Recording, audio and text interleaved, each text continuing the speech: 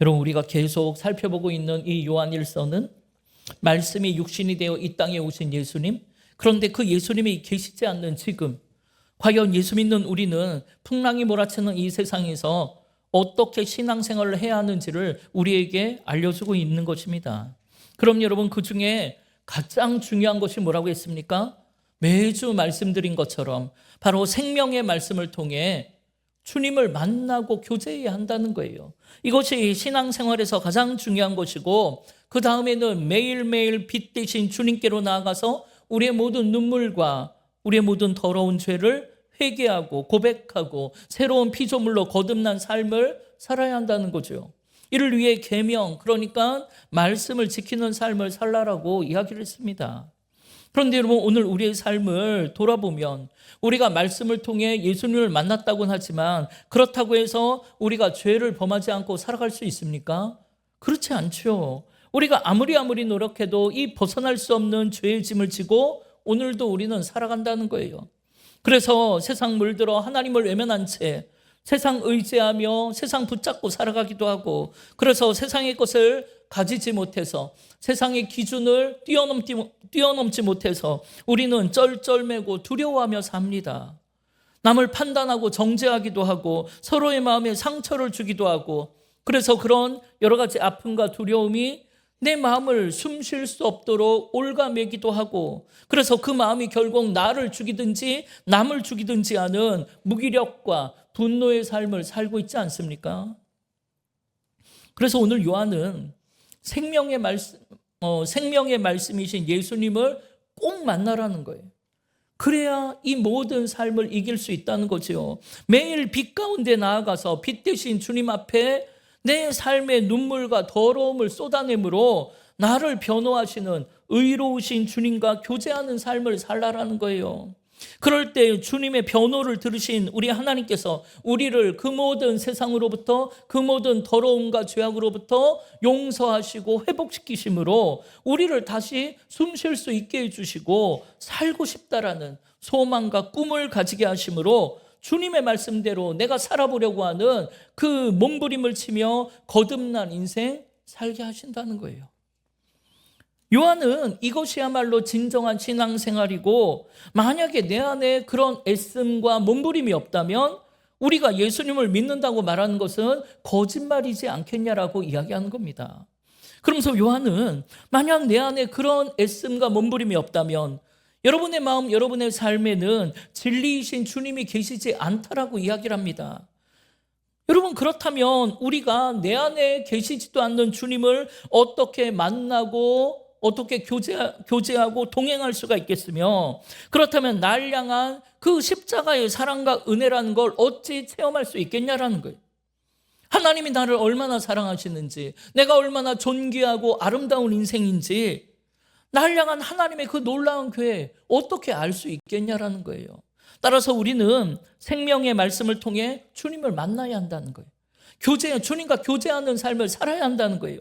이를 위해 빛 대신 주님께로 나아가서 나의 모든 눈물과 더러움을 자백하고 주님의 말씀대로 살아보려고 몸부림을 치는 신앙생활을 하라라고 권면하는 겁니다. 그럴 때 우리 안에 그 하나님의 사랑이 뜨겁게 차오른다는 거예요. 이걸 느끼지 못하면, 이 십자가의 사랑과 은혜가 없으면 그 신앙생활은 헛것이라고 이야기를 하는 거예요.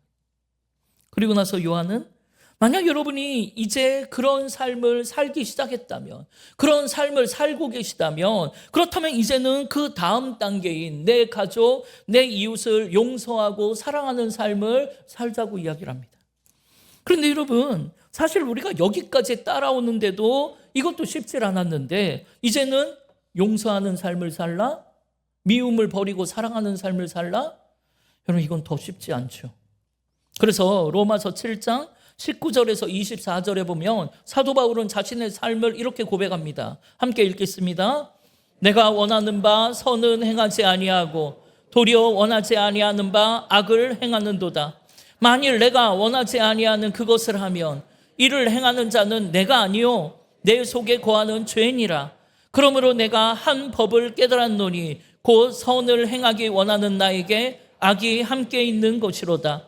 내 속사람으로는 하나님의 법을 즐거워하되 내 지체 속에서 한 다른 법이 내 마음의 법과 싸워 내 지체 속에 있는 죄의 법으로 나를 사로잡는 것을 보는도다. 오라, 나는 곤고한 사람이로다. 이 사망의 몸에서 누가 나를 건져내랴. 아멘. 여러분, 이게 무슨 말입니까? 지금 사도 바울은 나는 매일매일 선을 행하며 말씀대로 살고 싶은데 늘 결과를 보면 원치 않는 악을 행하며 살고 있더라는 거예요. 이렇게 내 안에 선을 행하고픈 마음과 악을 행하려는 이 마음, 이 두 마음이 매일매일 서로 싸우는데 늘 죄의 법이 이겨 나를 죄악 가운데로 끌고 가더라는 거예요. 이에 내 힘으로는 내가 아무리 결단해도 벗어날 수 없는 이 죽을 수밖에 없는 죄악된 사망의 몸에서 과연 누가 나를 건져낼 수 있을까? 누가 나를 구원해 줄 수 있을까? 한탄하며 고백하는 거예요. 그러나 여러분, 그런 사도 바울이 그 다음에 25절에 뭐라고 고백하냐면, 그러나 나는 우리 주 예수 그리스도로 말미암아 하나님께 감사드린다는 거예요. 왜요? 여러분, 그 이유를 그 다음 절 로마서 8장 1절 2절에 이렇게 고백합니다. 함께 읽겠습니다. 그러므로 이제 그리스도 예수 안에 있는 자에게는 결코 정죄함이 없나니 이는 그리스도 예수 안에 있는 생명의 성령의 법이 죄와 사망의 법에서 너를 해방하였음이라. 아멘. 다시 말해, 스스로의 힘으로는 도저히 벗어날 수 없는 이 죄악된 몸에서 생명의 성령의 법, 그러니까 예수 그리스도 십자가의 은혜와 사랑이 나를 그 죄악의 몸에서 해방시켜 주셨다라는 거예요. 그러니까 주님께로 나아가야 되지 않겠냐는 거죠. 여러분, 이거를 우리가 살펴보는 사도 요한의 고백으로 말하면, 우리가 빛 가운데 나아가면 우리를 변호해 주시는 의로우신 대언자 예수 그리스도가 계시는데, 십자가에서 우리의 모든 죄값을 치르신 주님께서 더 이상 우리가 죄인이 아니라고 변호해 주신다는 거예요. 두려워하지 말라고, 괜찮다고 변호해 주신다는 거예요. 따라서 우리는 우리를 변호해 주시는 빛 대신 주님께로 나아가 그 주님을 의지할 때 죄와 사망의 두려움에서 벗어날 수가 있고 평안과 기쁨의 신앙생활을 할 수 있다는 거예요. 이를 위해 요한은 우리를 주님께로 인도하는 계명, 그 말씀을 지켜야 한다라고 이야기합니다. 그래서 지난주에 살펴본 것처럼 5절에 주의 말씀을 지키면, 계명을 지키면 하나님의 사랑이 내 안에 온전하여진다는 거예요. 충만해진다는 거예요. 그러면서 요한은 오늘 본문에 그렇다면 우리가 지켜야 될 그 계명, 그 말씀이 과연 무엇인지에 대해서 이야기를 합니다. 여러분, 이 이야기는, 요한이 이야기하는 이 세 계명은 요한복음 13장의 예수님의 말씀을 기억나게 해요. 당시 제자들은 예수님의 제자들만이 가지는 특별한 계명을 원했어요. 그래서 예수님한테 우리가 따라야 할 계명을 말씀해 달라고 하니까 예수님은 서로 사랑하라라고 이야기를 해요. 그러니까 제자들이 예수님에게 그렇게 늘 듣던 옛 계명, 옛 말씀 말고 좀 더 특별하고 우리만이 가질 수 있는 새로운 계명을 달라고 했고, 이에 예수님은 그러면 내가 너희에게 새 계명을 주겠다 하시면서 이 말씀을 하셨는데, 그게 요한복음 13장 34절 35절 말씀입니다. 우리 한번 읽어보겠습니다. 새 계명을 너희에게 주노니 서로 사랑하라. 내가 너희를 사랑한 것 같이 너희도 서로 사랑하라. 너희가 서로 사랑하면 이로써 모든 사람이 너희가 내 제자인 줄 알리라. 아멘. 여러분, 예수님이 말씀하신 새 계명이 뭡니까? 서로 사랑하라. 그런데 그것은 그냥 서로 사랑하라가 아니라 내가 너희를 사랑한 것 같이, 주님이 우리를 사랑하신 것 같이 우리도 그 사랑으로 서로 사랑하라라는 거예요. 그럼 여러분, 주님이 우리를 어떻게 사랑하셨습니까? 죽기까지 사랑하셨죠. 바로 십자가의 사랑, 생명 내어주는 사랑. 여러분, 그 사랑은 우리의 모든 허물과 죄악을 대신 책임지는 사랑을 하셨잖아요. 다시 말해, 여러분, 예수님에겐 죄가 있어요, 없어요? 없지요. 죄는 누구한테 있었어요? 우리한테 있었어요. 그러니까 죄 없으신 주님께서 우리의 죄가 마치 당신의 죄인 것처럼 그 모든 죄를 대신 짊어지고 대신 죽임당하심으로 우리의 죄값을 다 치르시고 우리를 죄 가운데서 살려주셨다라는 거예요. 이에 너희도 이렇게 사랑하면 이로써 세상 사람들이 너희가 내 제자라는 것을 알게 될 거라는 거예요. 그런데 여러분, 이런 십자가의 사랑, 허물과 죄는 상대방에게 있는데 그 상대방의 허물을 내가 아무 말 없이 조용히 덮어주는 사랑, 실수와 죄악을 대신 내가 죄값을 치르며 책임지는 사랑, 여러분, 이건 내 힘으로는 할 수 없더라는 거예요. 아무리 노력해도 불가능하더라는 거예요. 여러분, 우리는 모두 다 자기밖에 모르는 사람들입니다. 내가 살기 위해서는 책임을 회피하고 책임을 전가하고 남을 정죄하고 공격하는 사람들이에요. 겉으로는 남을 위하는 척, 온유한 척, 사랑이 있는 척 하지만 여러분, 우리 각자 다 속으로 들어가 보면 그렇지 않습니다. 저도 그렇고 여러분도 그래요. 그래서 이런 새 계명은 우리의 힘으로는 지켜낼 수가 없어요. 그럼 어떻게 합니까? 그 계명을 주신 예수 그리스도를 직접 만나야 돼요. 그리고 우리를 향한 그 십자가의 사랑과 은혜를 체험한 사람이어야 돼요. 그러니까 예수님이 나의 모든 허물과 죄악을 대신 지시고 십자가에 달려 돌아가셨다는 것을 내가 깨닫고 나도 그때 주님과 함께 십자가에 죽었어야 한다는 것을 고백할 때, 그렇게 내가 죽을 수밖에 없는 죄인이라는 것을 고백할 때 나도 주님처럼 겸손하게 남의 허물을 덮어주고 용서하며 사랑하는 삶을 시작할 수 있다는 거예요. 그러니까 여러분, 이런 사랑을 하려면 먼저는 날 위해 십자가 지신 주님을 깊이 만나야 합니다. 그래야 이게 가능해요. 그리고 그 십자가의 은혜와 사랑이라는 걸 내가 뜨겁게 체험을 해야 가능해요. 나를 숨쉬게 하고 살게 하시는 주님과 교제하며 사귀어 살면서 주님의 사랑으로 늘 내 마음이 뜨거워져야 이걸 할 수 있다는 거예요. 이렇게 주님과 사귀면서 십자가의 사랑으로 내 마음이 뜨거워지면요, 어느 순간 세상을 바라보는 눈이 달라집니다. 여러분, 사람을 바라보는 눈도 달라져요. 하나님의 사랑이 내 안에 온전해지면, 그러니까 충만해지고 뜨거워지면, 다시 말해 하나님의 사랑으로 내 안이 가득 차면 신기하게 미워하던 사람이 불쌍하게 보여요. 그래서 그 사람을 긍휼의 마음으로 바라보게 되고 그를 향한 미움도 점점 내려놓게 되고 결국 용서하게 되더라는 거예요.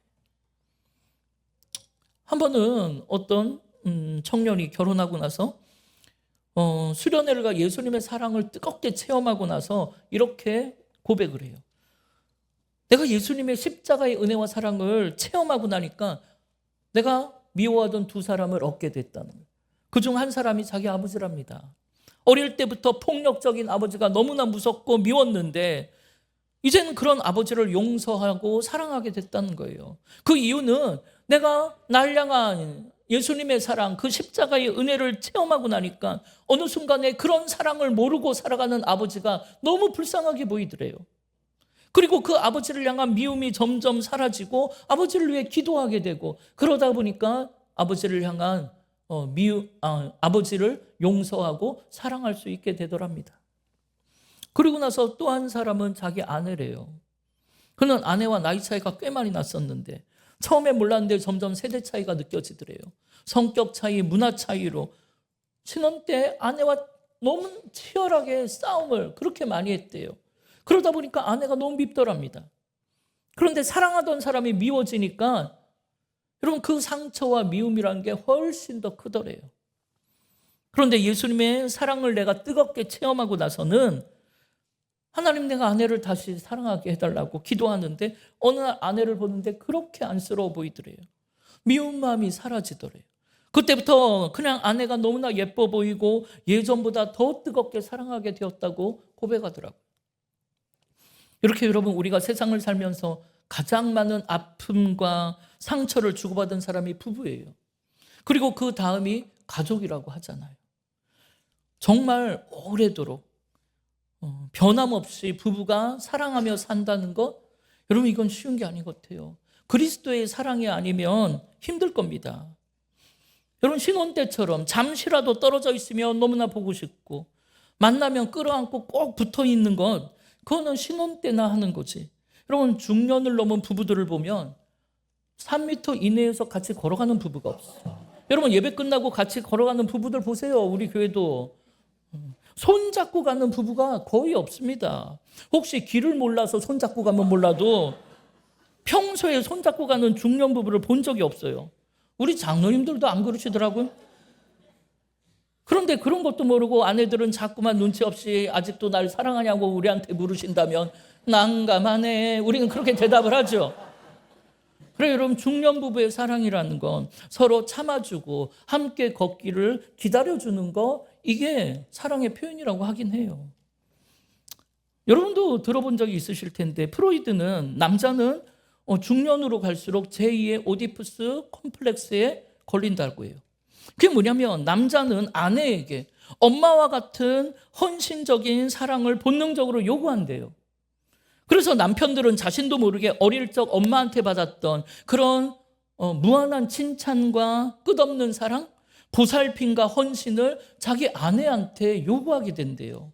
그런데 아내가 남편이 본능적으로 바라고 있는 그 욕구를 제대로 채워주지 못하면 남편은 욕구 불만을 느끼게 되고 그게 쌓이고 쌓이다 보면 어느 날 전혀 엉뚱한 쪽으로 터져버리게 된대요.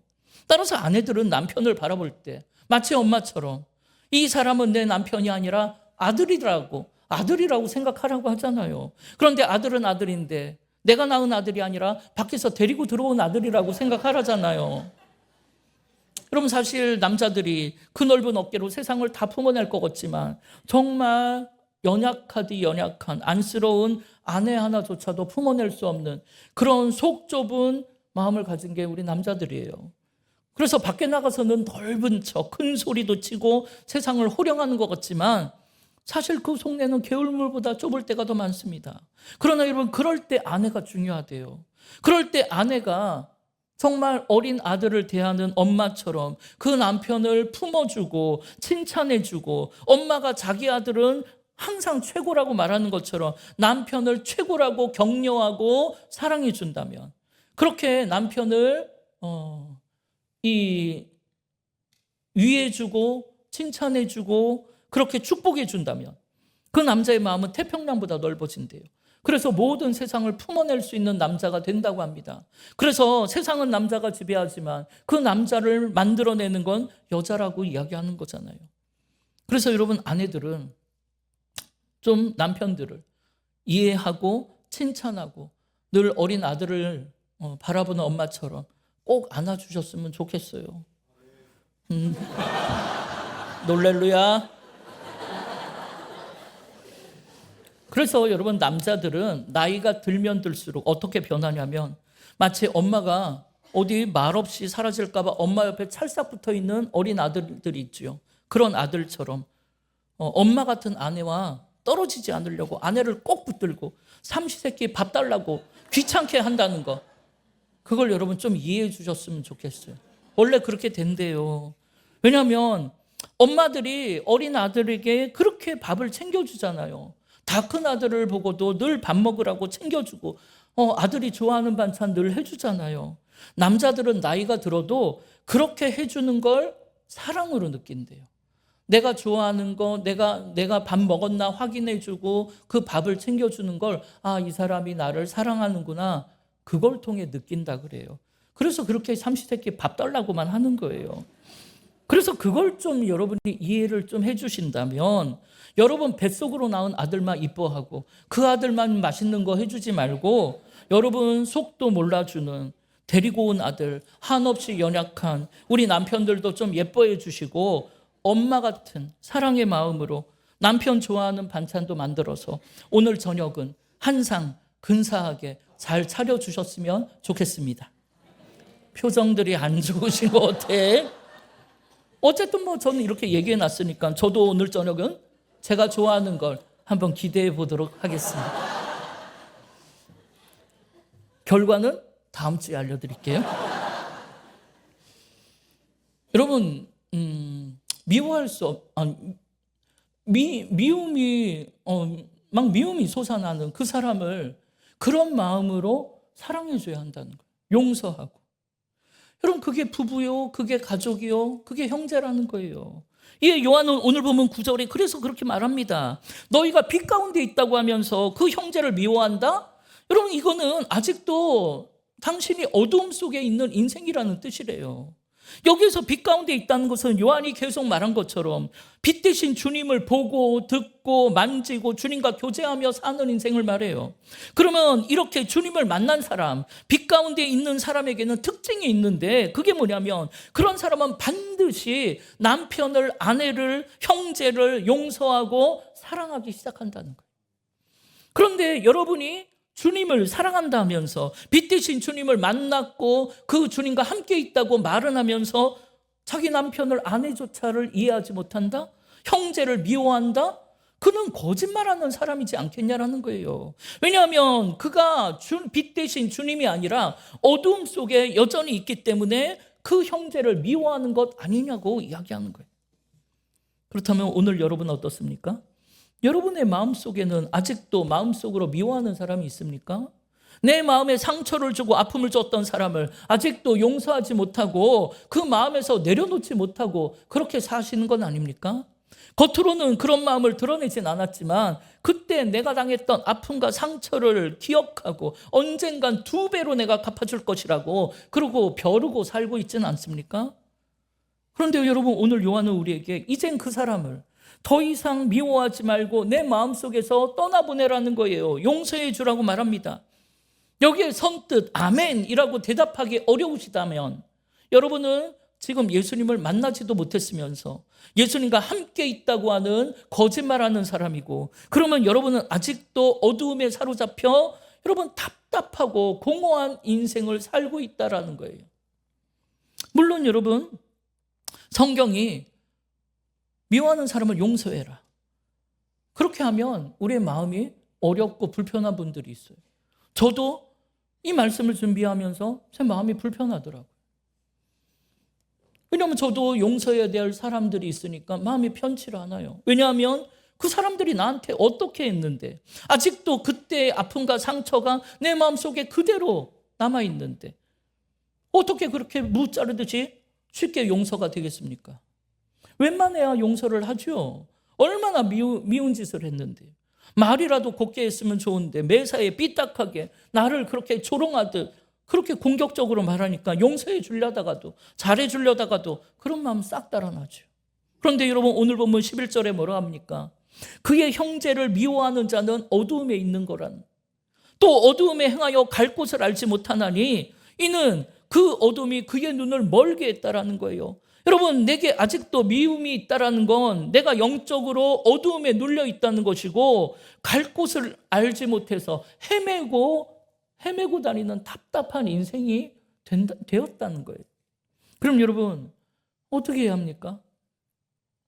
그래서 여러분, 오늘 읽진 않았지만 12절을 보면, 자녀들아 내가 너희에게 이렇게 쓰는 건 너희 죄가 그의 이름으로, 그러니까 바로 내 죄가 예수 그리스도의 이름으로 말미암아 죄사함을 받았다는 것을 기억하라라는 거예요. 용서가 안 될 때마다, 미운 사람을 용서할 수 없을 때마다 나를 용서하신 십자가의 은혜와 사랑을 기억하라라는 거예요. 여러분, 우리를 향해 화를 내실 수 있는 분, 나를 미워할 자격이 있는 분은 예수 그리스도 한 분밖에 없어요. 그런데 여러분, 그 주님이 어떻게 하셨습니까? 우리에게 너 왜 그렇게 했냐고, 너 왜 그렇게 살았냐고 화를 내십니까? 아니요. 오히려 죄악된 우리를 품에 안아주시며 세상 물들어 금송아지 우상 섬기며 살아가던 우리를 위해 십자가 지시며 생명 내어주셨잖아요. 그런 생명 내어주시는 십자가의 사랑을 내가 깨닫고 체험했다면 그 사랑의 감격으로, 그 감사함으로 너도 서로 다른 사람을 용서하며 사랑하는 삶을 살라라는 거예요. 따라서 우리가 진짜 미워하며 경계해야 하는 것은 사랑의 십자가를 바라보지 못하게 하는 것, 내 눈을 가리고 내 마음을 완악하게 돌로 콱 틀어막고 내 마음을 장악하는 세상의 악한 것, 세상의 사탄들을 미워하고 대적해야 하는 거예요. 그런데 여러분, 우리가 이걸 잘 알고 있지만 실천이 잘 안 돼. 그런데 여러분, 이를 실천하고자 애를 쓰며 몸부림은 쳐봐야 한다는 거예요. 그게 없으면 우리의 믿음은 헛거라는 거예요. 여러분, 한 분은 제가 예전에 사역하던 교회 교구 담당 여자 전도사님 계셨어요. 근데 이 전도사님이 면허를 따신 거예요. 왜냐하면 교회 봉고차를 몰고 다녀야 되니까. 그래서 그런데 초보 운전이라서 우리가 다 기도하는 마음으로 천국이 가까이 왔다 생각하는 마음으로 그 차를 타고 신방대원인이랑 늘 다니곤 했어요.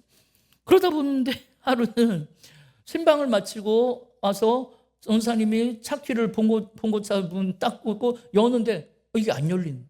목사님, 이게 차가 안 열린다는 게 문이 안 열린다는 거예요. 그리고 제가 가서 이렇게 하니까 전사님, 전도사님 차 키를 꼽지 말고 봉고차 키를 꼽아야지. 자기 차 키를 꼽고 안 열린다는 거예요.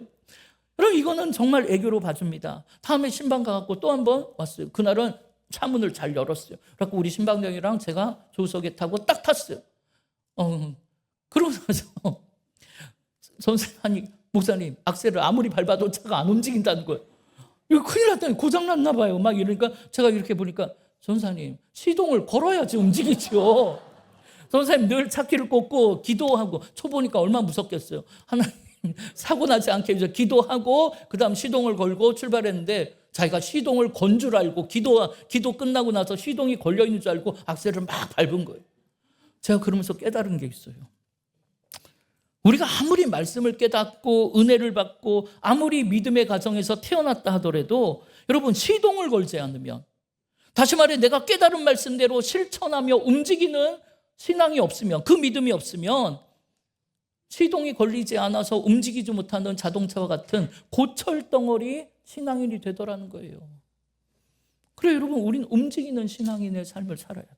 그래서 야고보서 2장 17절 18절에 뭐라고 했습니까? 그럼 함께 읽어보겠습니다. 이와 같이 행함이 없는 믿음은 그 자체가 죽은 것이라. 어떤 사람은 말하기를 너는 믿음이 있고 나는 행함이 있으니 행함이 없는 네 믿음을 내게 보이라. 나는 행함으로 내 믿음을 내게 보이리라 하리라. 아멘. 여러분, 여러분의 신앙, 여러분의 믿음 과연 무엇으로 보여주실 것입니까? 여러분, 그건 내 가족과 이웃을 용서하고 사랑하는 모습으로 보여줘야 한다잖아요. 내가 새 계명을 주노니 내가 너희를 사랑한 것처럼 너희도 서로 사랑하라니까. 여러분, 사랑이라는 건 말로만으로 할 수는 없어요. 사랑은 행동과 실천으로 증명해 보여야죠. 물론 우리의 힘으로는 도저히 감당할 수 없는, 용서하기 힘든 사람이 있죠. 나에게 오해 아닌 오해로 씻을 수 없는 상처 준 사람도 있고, 친한 척 겉으로는 했지만 자기들끼리 뒤에 가서 내 험담을 하며 나에게 상처 준 사람도 있고, 속으로는 온갖 못된 짓 다 하면서 겉으로만 거룩한 적, 그렇게 더러운 사람들도 있죠. 그렇지만 여러분, 오늘 이 시간 그런 모든 사람들을 날 용서하신 십자가의 은혜 아래 내려놓고 더 이상 가슴 아프게 여러분 담아두지 마시기를 바라요. 그 사람들은 아무 일도 없었다는 듯이 저렇게 웃으며 살고 있는데 나만 가슴 아프게 그걸 담아두고 이 마음을 내려놓지 못해서 어두운 가운데 공허하고 답답한 인생 사는 거 아니에요? 그러니까 여러분, 더 이상 그 마음을 담아두지 말고 여러분도 웃으며 행복하게 살아야죠. 그러니까 그 마음을 떠나보내고 원망의 눈으로 이제 더 이상 바라보지 마세요. 하나님은 그렇게 우리가 서로를 용서하고 사랑하기를 원하세요. 물론 억울하지만, 아프고 더럽지만 그들도 주님의 몸된 교회의 지체이고 하나님의 가족이고 하나님이 구원하고자 하는 정말 귀한 영혼이라는 것을 깨달아야 돼요. 여러분, 예수 안에서는 어떤 죄인도 구원받을 수 있잖아요. 마찬가지로 어떤 사람도 예수 안에서는 주의 사랑으로 참아주고 용서해 줄 수 있어야 돼요. 이것이 바로 성화의 과정 아니겠습니까? 구원의 완성을 향해 나아가는 신앙생활 아니겠습니까? 그게 가족이든 이웃이든 어느 누구든 예수님이 연약한 우리를 용서하시고 구원하신 것처럼 우리도 그들을 위해 기도하며 용서하기를 바라요. 그래서 하나님, 이 해가 2023년이 지나가기 전에 내 마음의 아픔을 지울 수 있도록 하나님 나에게 은혜 달라고, 그 사람을 그래서 용서할 수 있게 도와달라고, 그리고 그 사람도 언젠가 나에게 상처 준 거 깨닫고 회개하고 다른 누군가에게는 상처 주지 않고 사랑을 주는 사람 되게 해달라고, 그렇게 기도하기부터 시작해야 돼요. 그러면서 그를 용서하며 사랑할 수 있기를 바랍니다. 여러분, 이걸 외면하거나 미루면 우린 또 사탄에게 지는 거예요. 오늘 요한은 우리가 주님을 만나고 교제하는 삶을 살기 시작했다면, 빛 가운데 말씀을 따라가는 삶을 시작했다면, 이제는 한 걸음 더 나아가서 형제를 용서하고 사랑하는 삶을 살아보라는 거예요. 이것이 진정한 신앙생활이고 이게 정말 우리 인생의 행복이더라는 거예요. 여러분, 용서받은 자가 행복하지 않아요. 용서한 자가 행복합니다. 사랑을 받는 사람보다 사랑을 준 사람이 훨씬 더 행복하더라는 거예요. 여러분, 이번 주에는 여기까지 따라오셔야 하는 거예요. 여러분, 오늘은 대림절 첫 번째 주일이잖아요. 대림절은 예수님의 성탄을 기다리는 절기고 다시 오실 주님을 기다리는 절기예요. 여러분, 주님이 어떻게 이 땅에 오셨습니까? 하나님과 동등하신 예수님께서는 화려한 왕궁의 비단 침대 위에 태어나지 않으셨어요. 그분은 외양간의 구유, 초라한 짐승의 밥통을 침대 삼아 태어나셨습니다. 그 이유가 무엇입니까? 우리 때문에. 스스로의 힘으로는 죄의 문제를 해결할 수 없는 우리를 위해 짐승의 구유처럼 정말 겸손하고 낮아짐으로 썩어지는 미랄이 되어 십자가 지고 우리를 구원하시겠다고 낮고 천한 곳에 오신 것 아니에요? 따라서 우리가 겸손의 왕으로 이 땅에 오신 예수님 만나고 싶다면 여러분, 내 안을 가득 채우고 있는 이 교만하고 욕심 가득한 마음, 여러분, 주님의 말구유 앞에 내려놓으셔야 돼요. 내 안에 도저히 용서할 수 없는 사람, 이 미움과 분노, 이 원망을 날 용서해 주신 주님의 말구유 앞에 내려놓으셔야 돼요. 그래야 날 구원하신 주님 만날 수 있고, 그래야 이 땅에 오신 주님을 보고 듣고 만지며 교제할 수 있고, 그분을 뜨겁게 사랑할 수 있고, 그래야 가슴 벅차오르는 이 십자가의 사랑으로 내 가족과 이웃을 용서할 수 있는 것 아니겠습니까? 여러분, 이번 대림절 첫 번째 주간에는 그렇게 겸손의 왕으로 오신, 날 용서하시고 날 구원하신 예수님을 모셔드릴 깨끗하고 정결한 마음을 준비하시기를 바랍니다. 이를 위해 주님처럼 헌신과 섬김의 십자가를 지고 아직도 용서하지 못하고 미워하는 사람들을 주님이 날 용서하신 것처럼 용서하고 사랑하는 은혜가 있기를 바랍니다. 여러분, 이를 위해 날 위해 십자가 지러 오신 주님을 깊이 만나는 그런 대림절이 되기를 주님의 이름으로 축원합니다. 우리 주보에 있는 찬양 함께 찬양할 텐데요. 여러분, 나의 평생에 가장 복된 일, 가장 잘한 일이 여러분 예수를 만나게 된 것입니까? 그렇다면 여러분 이 찬양으로 그런 믿음의 고백 더 뜨겁게 하시기를 바랍니다.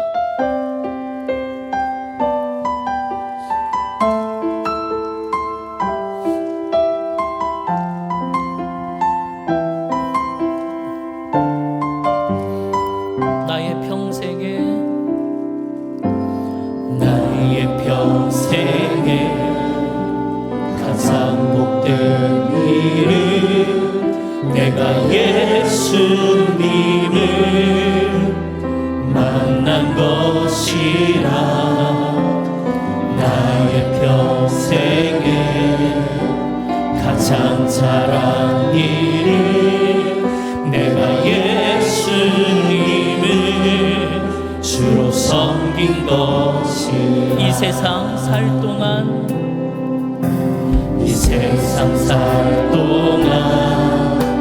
내가 걷는 길이 때로 험하여서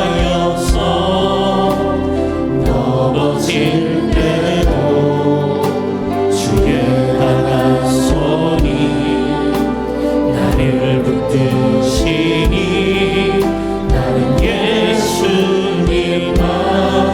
주로 섬기며 살리. 나는 주를 섬기는 것에 후회가 없습니다. 내가 걸어온 모든 시간 다 주의 은혜니 내가 걸어간 모든 날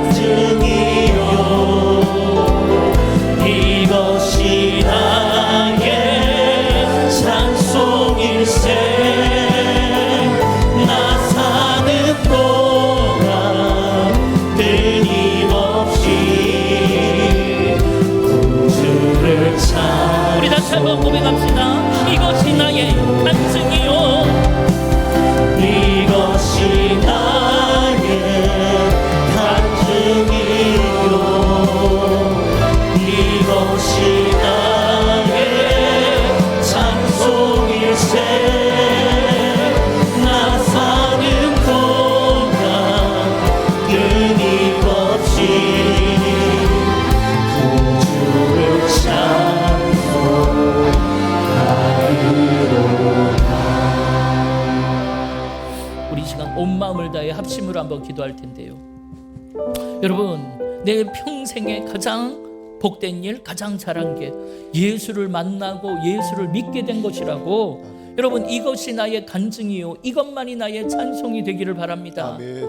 여러분, 그 마음으로 나는, 그런데 내가 여전히 세상에 매여 있고 내 마음에 미움과 더러움과 욕심이 있어서 이걸 내려놓지 못해서 내가 어두운 가운데 헤매며 답답한 인생 산다고, 하나님 나를 좀 숨쉬게 해주고 나를 마음 편히 한번 살게 해달라고, 이를 위해 정말 빛 되신 주님, 나의 대언자 되시는 날 위해 십자가 지신 주님, 나도 깊이 체험하게 해달라고, 그 십자가의 사랑과 은혜를 깊이 느끼고 그 사랑으로 뜨겁고 충만한 인생 살게 해달라고. 그럴 때 이 미움과 원망과 세상 더러움도 하나님 내가 다 벗어버리고 정말 마음 편하게 모든 사람을 용서하며 뜨겁게 사랑하며 사는 인생 되게 해달라고, 우리 주의 이름을 한번 부르며 합심으로 기도하겠습니다.